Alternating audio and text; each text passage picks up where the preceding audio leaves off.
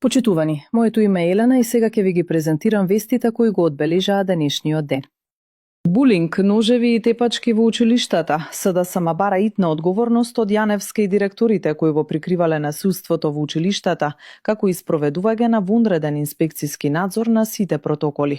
Ова доаѓа откако во јавноста се појавија информации за секојдневни инциденти во училиштата, кои укажуваат дека безбедносниот систем целосно потфрла.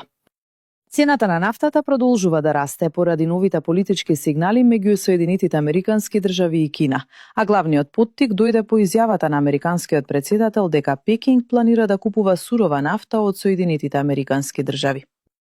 Лидерот на опозицијата Венко Филипче на мрежата X напиша дека македонската јавност е во шок од партиските телефонски ургенции кај обвинителот Савески за затворање на милионски скандали. Оваа власт го претвори правосудниот систем во приватна телефонска централа за аменстирање на криминал, напиша Филипче.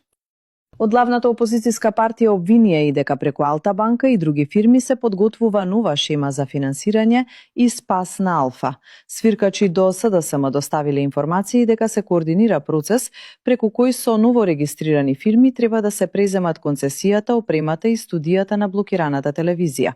Процесот е во директна координација со луѓе од највисока доверба на српскиот претседател Александар Вучиќ.